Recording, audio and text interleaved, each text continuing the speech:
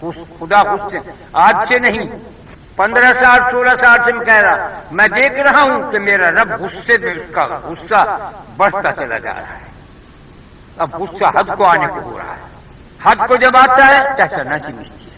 جدھر کی طرف غصے سے ایک نظر پڑے گی تحس نحس جو حال تمہاری اس کا ہوا ہے. ہندوستان پاکستان میں کیا ہوا اس کا، احمد آباد کا سب چلاؤ سورت کا اس کا. جب خدا قہر کی نظر ایک نظر دیکھتا فوراً تباہی آ جاتی. یہ درود کی برکت ہے. آج تمہارے یہ انگریز جو ہیں جن کی تم تقلید کرتے ہو، ان کی اداؤں کو پسند کرتے ہو، ان کے لباس کو پسند کرتے ہو، وہ کیا کہہ رہے ہیں؟ وہ کہتے ہیں کہ بھائی کمال کی بات ہے، معجزہ ہے یہ بھی کہ کراچی کیسے بچ گیا، ورنہ تو جو حال ہونا تھا احمد آباد کا وہ حال کراچی کا ہونا چاہیے تھا. ہوتا اس کا بھی ہوا نہیں. ہم نے کہا اسی بات کو میں کہا کرتا ہوں اور کہہ رہا ہوں سن 90-91 سے کہ جس جگہ درود پڑھا جائے گا دو ہی قوم بچے گی، جو آسمان سے آگ برسے گی، زمین سے کوئی بلا نکلے گی. دو ہی آدمی بچیں گے، جو نماز پڑھتا ہوگا، جو درود شریف پڑھتا ہوگا. آج سمندر کے کنارے جب آدمی کسی پیالے میں پانی لے کے بھاگے گا تو وہ چھلکے گا کہ نہیں؟ تو اگر یہ جھٹکا اس میں سمندر کا زلزلہ آتا، یہ سڑک کا پانی اتنا آتا کہ آپ کی کراچی گئی تھی. مگر یہ کہو کہ اس درود کی برکت ہے، کنارے پہ مجھے خامخواہ نہیں بٹھایا ہے. آج اگر میرے خانقاہ کے یہاں بیٹھنے پر کوئی اعتراض کرے گا، جو کچھ میں یہاں درود کے لیے کرتا ہوں مجھے کوئی قبر میں نہیں لے جانا، یہ میدان یہ گھر بھی نہیں لے جانا. وہاں تو نمجاد نہیں، جب مر جاتا ہے کیا انگوٹھے نمڑ جا، خالی آ جا رہا بھائی، ٹکڑا بھی نہیں، ذرہ بھی نہیں نم جاتا. جب کوئی مرے اسے دیکھ کے انگوٹھے نمڑ رہے ہو. یہ سب کچھ جو میں یہاں کچھ کرتا ہوں درود شریف کی برکت کہ لانے کے لیے تمہارے فائدے کے لیے. میرے اندر تو درود سما لیا، میرے اندر تو جذب ہو گیا. میں تو درود کو بغیر زندہ بھی نہیں رہ سکتا، لیکن میں تمہیں کہتا ہوں تمہارے فائدے کے لیے کہ تم محتاط رہو. اور یہاں کا کام کی طرح یہ بیٹھنے کا جو کچھ کیا ہے، بہت سے لوگ محتاط ہوں نہیں احتراف نہ کرو، تمہارا فائدہ ہے. میں درود کے لیے کر رہا ہوں. یہ سمندر کے کنارے بیٹھے خضر سن رہے ہیں، سب میری بات ہے کہ سنتے ہیں. یہ سمندر کی جھونک نہیں آئی، سمندر ذرا بھی نہیں چھلکا. یہ کیوں؟ اور اس درود کی برکت ہے. یہ خدا نے مجھے کہیں اور کیوں نہیں، یہیں کیوں لے کے دیا مکان، میں یہاں کیوں بیٹھا؟ اس میں ایک راز ہے، ایک بات ہے، ایک آواز ہے، ایک ساز ہے جسے تم سمجھ رہے ہو. اسے سمجھو گے کب؟ میرے مرنے کے بعد. جہاں میں مرا اس کے بعد دیکھنا تماشا کیا آئے گا. تم دیکھو جو زندہ رہے جو ان سے. کیونکہ اللہ تعالیٰ کیا فرماتا ہے؟ جو میرا فقیر بندہ ہے جسے تم حقیر ذلیل سمجھتے ہو، اگر وہ کسی بات پر اڑ جائے یا قسم کھا لے، ہم ایسا نہیں کرتے کہ اس کو جھوٹا بنا دیں گے، وہ کر کے دکھائیں گے. یوں کہتا ہے. فقیر کس کو کہتے ہیں؟ جس کے بعد ذرا نہ پارنا کچھ بھی نہیں. آ گیا سبحان اللہ نہیں آتا، ہمیں کس سے شکایت نہیں.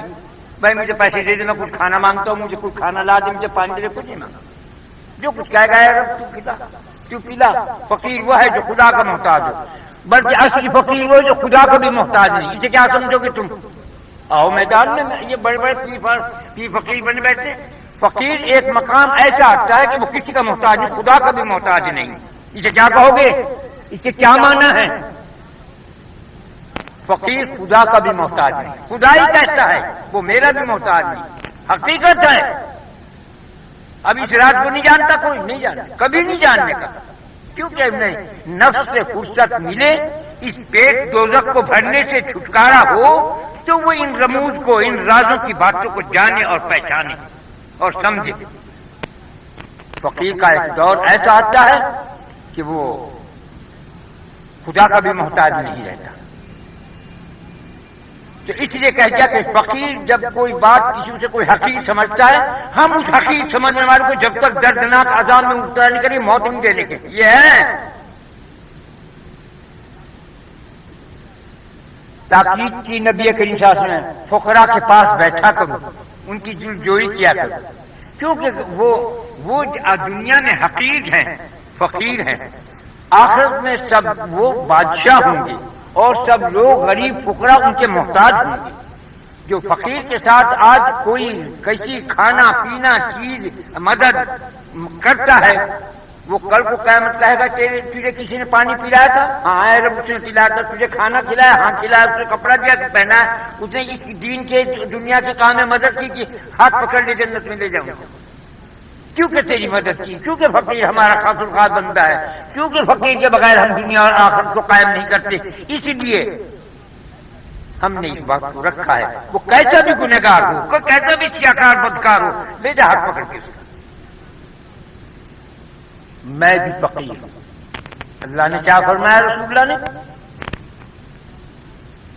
فقیر اس دنیا کی مٹی کا نہیں ہوتا, جنت کی مٹی کا ہوتا ہے, سونے کی مٹی کا ہوتا ہے.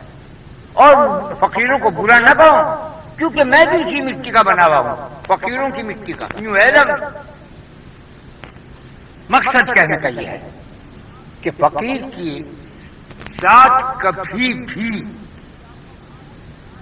فقیر خدا کا وہ راز کا ڈبہ ہوتا ہے, اسرار کا, بھید کا, کہ اگر وہ کھل جائے تو دنیا زمین آسمان ایک ہو جائے. بس یوں کہہ دو, ایک موٹی سی بات کہوں کہ فقیر میں اللہ, اللہ میں فقیر بند ہے. بس آپ آگے سے بات کرنا چاہتا. اسی لیے کہا فقیر سے کے ساتھ شکار نہ کرو, چھپا بیٹھا کرو کہ اس سے تمہاری دین اور دنیا میں عروج آئے گا. اور فقیر وہی ہے جس کے پاس دنیا کی کوئی چیز نہ ہو. یہ تم سمجھو کہ میرا گھر ہے, میرا نہیں ہے. یہ بھی میں نے اوروں کے نام کیا ہے, اولاد کے نام بھی نہیں کیا. اس لیے کہ یہ خانقاہ ہے, اس لیے کہ یہ اولیاء کی جگہ ہوگی, اس لیے کہ یہ غربا کی, فقیروں کی آماجگاہ ہوگا. جو فقیر نہیں ہوگا وہ یہاں ٹھہر نہیں سکے گا. جو فقر کو اس کے اندر مقدر میں لکھا ہوا ہے یا اس کا مزاج فقیرانہ ہے وہ میرے پاس رہ سکتا ہے, ورنہ کوئی نہیں سکتا. فقیر کی دشمنی اپنی دوزخ کو خرید لینا ہے. فقیر سے پیار کرنا خدا سے پیار کرنا ہے. فقیر کو تکلیف دینا اللہ کے رسول کو آزار پہنچانا ہے. جس نے اللہ اور رسول کو آزار پہنچایا وہ جہنم کی ڈانٹ بن گیا, کوئی طاقت نہیں سے نکالا. فقیر سے پوچھیں گے تو کیا چاہتا ہے, وہ چاہے گا تو ہاں کہنا تو نہ. فقیر کو ایسا نہیں ہوتا. غوث قطب ابدال جو بھی ہوں گے فقیر سے نیچے ہیں سارے. ہر ولی کو, ہر قطب اعظم کو, قطب وقت کو فخر نہیں ملتا, ہر نبی کو بھی فخر نہیں ملا. فخر کی انتہا اگر ملی تو ہمارے حبیب خدا محمد صلی اللہ علیہ وسلم کو ملی ہے. بہت نبی فقیر ہوئے ہیں لیکن جو فخر نبی کریم صلی اللہ علیہ وسلم کو ملا وہ کسی کو نہیں ملا. اسی لیے کتنی بڑی چیز ہے. جیسے اور نبیوں کا فخر ایسے اور اللہ محمد صلی اللہ علیہ وسلم کی امت کے لوگوں کا فخر شمار ہوگا. سمجھ گئے بات کیا؟ جیسے اور نبی تھے اور فقیر ہوئے ہیں, محمد صلی اللہ علیہ وسلم کی امت کے اولیاء جو فقر میں ہوں گے وہ ایسے ہوں گے جیسے وہ نبی بنی اسرائیل تھے. اتنا بڑا مقام ہے. بہت چیزیں ہیں. فقیر سے میں کہا کرتا ہوں بادشاہ سے ٹکرا جا, پہاڑ سے ٹکرا جا, شیر ہاتھی بھیڑیے سے ٹکرا, دیکھ فقیر سے نہ ٹکرائی تیری نسلیں ختم ہو جائیں گی. جو فقیر سے ٹکرائے آج تک ان کی نسلوں کا نمود ختم ہو چکا ہے. جو ایسے اولیاء ہوئے جو فقیر تھے آج ان کو دنیا میں کوئی نہیں ہے ان کا نام لیوا. یہاں نام لیوا ختم, وہاں دوزخ کی آگ تیار. سب کو معاف ہو جائے گا. فقیر کی بددعا کا مارا کبھی معاف نہیں, نہ دین میں نہ دنیا میں. میں نہیں کہہ رہا, قرآن کہتا ہے, قرآن کہتا ہے, رسول کی حدیث کہتی ہے, فرمان رسول. فقیر سب سے پہلے میری امت کے فقراء 40 برس پہلے امیروں سے غنیوں سے جنت میں عائش کرتے ہوں گے, موج کرتے ہوں گے, یہ بھی کھڑے رہیں گے. حتیٰ کہ میرے 2 صحابی ہیں جو دولت مند ہوئے ہیں, حضرت عثمان غنی رضی اللہ تعالیٰ عنہ اور عبد الرحمن بن عوف رضی اللہ تعالیٰ عنہ. یہ 40 برس کے بعد جائیں گے جنت میں, جبکہ کل صحابہ جنت میں جا چکے ہوں گے, کیونکہ یہ دنیا میں امیر رہے, حالانکہ پیٹ کو پٹی باندھ کے. تو مطلب کہنے کا یہ ہے کہ فقیر کو حقیر نہ جانو. اللہ کیا فرماتا ہے؟ ان فقراء کی وجہ سے ہم تم کو روٹی دیتے ہیں. اے دنیا کے مخلوق پورے 70,000 عالم کے لوگوں، اپنے ایک فقیر کی وجہ سے تم کو کھانا دے رہے ہیں، تمہیں عزت دے رہے ہیں، تمہیں صحت دے رہے ہیں، تمہیں طاقت دے رہے ہیں، تمہیں بادشاہ دے رہے ہیں، تمہیں وزارت مار دے رہے ہیں، اور انہی سے یہ ناک منہ موڑ لیتے. ان کا انجام کیا ہوگا؟ غضب الہی، قہر میں ڈوب جائیں گے. دیکھ رہے تمہارے سامنے ہے، پھر بھی نہ تم کھولو تو تم اندھے ہو. فقیر پورے ورلڈ کا باپ ہوتا ہے. کان کھول کے سن لو. یہ پیری مریدی کے چکر چھوڑ دو. یہ تو ایک محدود چیز ہے کہ میں نے مرید کر لیا. آج پوری خلقت، پوری مخلوق محمد صلی اللہ علیہ وسلم کی امت کا میں باپ ہوں. مجھے رسول اللہ نے بنایا. جھوٹ نہیں بولتا. خضر سے پوچھ لو کہ تمہارے میں طاقت ہو تو میں کیا کہہ رہا ہوں. مجھے انہوں نے باپ بنایا. یہ پیری مریدی کے چکر یہ سب کھلونا ہے، یہ کھیل ہے.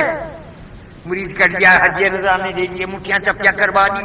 حرام خور ہے یہ مٹھی چپی کرنے والے جہنم میں چل رہے ہیں. آج پی جاؤ ان سے مر گیا. جو زندہ ہے تو کرے وہ بھی بھگتان کریں گے. وہی موج کا بات ہے جو اپنے رب سے پیار کرے، اس کی مخلوق کی خدمت کرے. مخدوم العالم اسی کو کہتے ہیں. یہ خطاب مدینہ منورہ کا ملا ہوا ہے مجھے. مخدوم العالم. حالانکہ میں نے کہا مجھے سیدھا جان کہتے ہیں، بٹ ٹھیک ہے. نہ میں مدینہ پیر نہ غوث نہ خدا نہ ابدال. مدینے سے خط لکھا ہوا ہے میرے پاس. خط ایک بزرگ کا بھیجا مدینے سے، روز اقدس سے. مخدوم العالم، جید مخدوم العالم. یہ القاب ہے جو مجھے لکھے ہوئے. اس نے کہا کہ بھائی مدینے کا جو لقب آیا اسے تو میں بیان کر سکتا ہوں کہ میں اسے چھٹلا نہیں سکتا، میں اسے کاٹ نہیں سکتا، میں اسے دبا نہیں سکتا، میں اسے چھپا نہیں سکتا، کیونکہ میرے محمد صلی اللہ علیہ وسلم کے دربار کا ملا ہوا خطاب ہے. تو مخدوم عالم کیوں کہا گیا؟ اس لیے کہ میں مخدوم کا پورے خلق کا، پوری امت کا باپ ہوں. میرے خلاف جو کوئی جاگا اس کا انجام دردناک ہے. دنیا بھی آخرت بھی برباد ہے. کان کھول کے سن لیجو. میں تم سے کچھ نہیں مانگتا، صرف ایک چیز مانگتا ہوں، میرے محمد صلی اللہ علیہ وسلم پر درود بھیجو بس. اور ایک گناہ چھوڑ دو، ایک نیکی کو اختیار کرو، ختم. پڑھ لو درود شریف. اتنی دفعہ بسم اللہ پڑھو، اتنی دفعہ 10 دفعہ جیسے پھول ہے اتنی بسم اللہ، اتنی دفعہ درود شریف.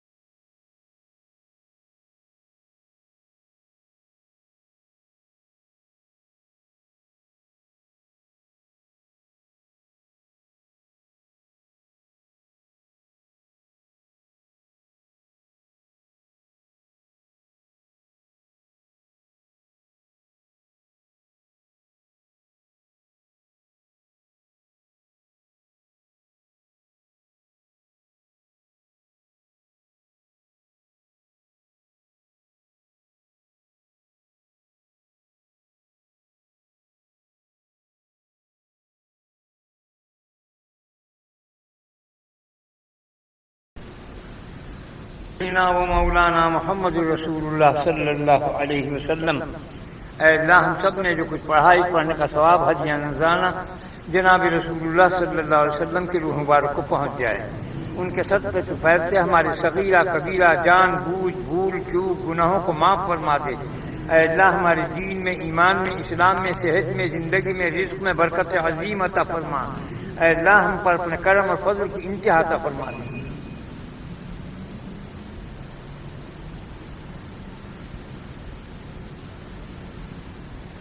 برحمتك يا